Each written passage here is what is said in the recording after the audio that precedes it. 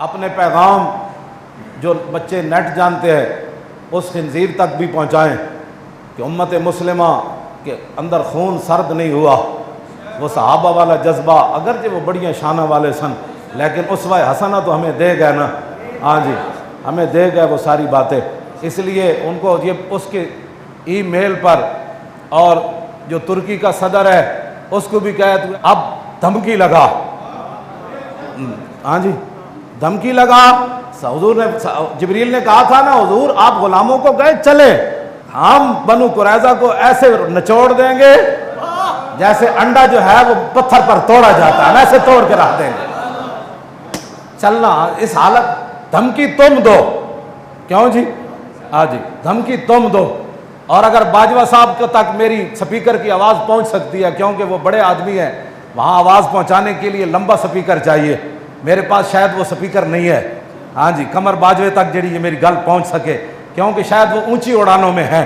ہاں لیکن حشر کو ہوگا یہ معلوم کہ جیتا کون اور ہارا کون. ہاں شاید تو آپ بڑے چونکہ بڑی فوج کے آپ سپہ سالار ہیں اور آپ جو ہے وہ آپ کے پاس بڑی اس وقت طاقت ہے. مولوی خادم تو ویل چیئر پر ہے شاید میری آپ آواز نہ سن سکیں. اگر آپ کے پاس سننے والے کان ہیں تو سنو.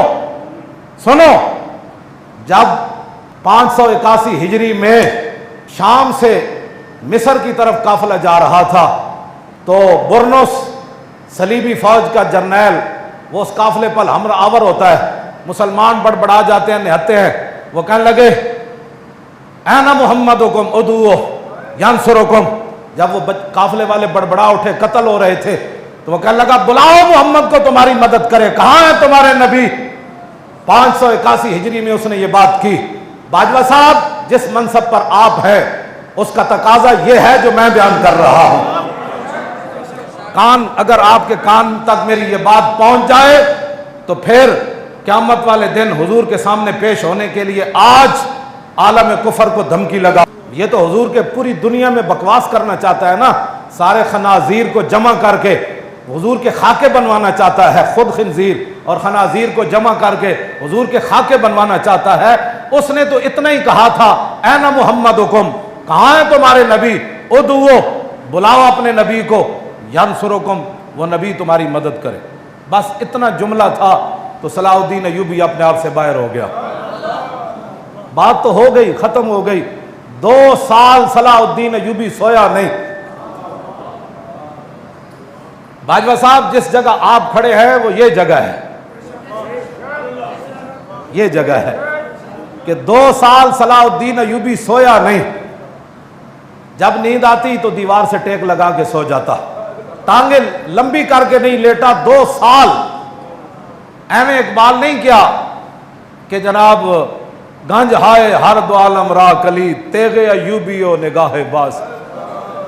وہ جڑی تیغ دی گل کی تھی نا اقبال نے وہ تلوار دی وہ تلوار دا ذکر اگے آ رہا. اقبال کہندا دوویں جہاناں دے خزانے دیاں چابیاں مسلماناں دے ہتھ وچ آ سکدیاں. با یزید بستامی والی نگاہ ہوے تے صلاح الدین ایوبی والی تلوار ہوے. گنج ہائے ہر دو عالم را کلی تیغ ایوبیو نگاہ کیوں جی. اور اے میں نو جملہ صلاح الدین ایوبی دا پھر پڑھ کے پھر میں نو یاد آندا جدو میں حاضری دیتی نا صلاح الدین ایوبی دی قبر ہوتے تے میں جدو باہر نکلن لگیا میں اینج ویکھیا تے وہ سامنے دروازے ہوتے لکھیا سی لا تحسبوا ومات شخص واحد بل قد عم العالمین مماتو کہ یہاں حاضری دینے والے یہ مت سمجھنا کہ صلاح الدین ایوبی جس دن مرا وہ اکیلا مرا. جس دن صلاح الدین ایوبی مرا ساری امت اس دن مر گئی. وہاں لکھا ہوا تھا صلاح الدین ایوبی کے قبر کے دروازے پر یہ بات لکھی. 2 سال کے بعد برنس قابو آ گیا. کیوں جی صاحب کا باقی جتنے جرنیل تھے ان کو خیموں میں بٹھا دیا. صلاح الدین ایوبی نے کہا جاؤ معافی جاؤ معافی جاؤ معافی جاؤ معافی جاؤ. جب برنس آیا تو صلاح قام الیہ بالسیف این تلوار لے کے صلاح الدین ایوبی دے سر تے کھڑا ہو گیا. کہنے لگا تو کیا سی کہ انا محمدکم ادعو ینصرکم. تو نے کہا تھا نعم انا انوب عن رسول اللہ فی الانتصار لامتہ. فرما ہاں مجھے رسول اللہ نے بھیجا ہے.